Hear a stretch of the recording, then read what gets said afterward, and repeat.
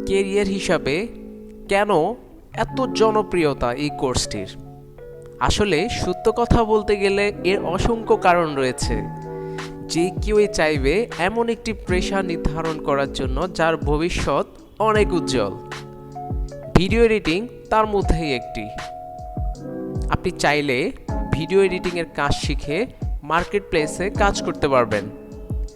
ফ্রিল্যান্সিংয়ের খুব বড় একটা অংশ জুড়ে রয়েছে ভিডিও এডিটিংয়ের বড় একটি প্ল্যাটফর্ম।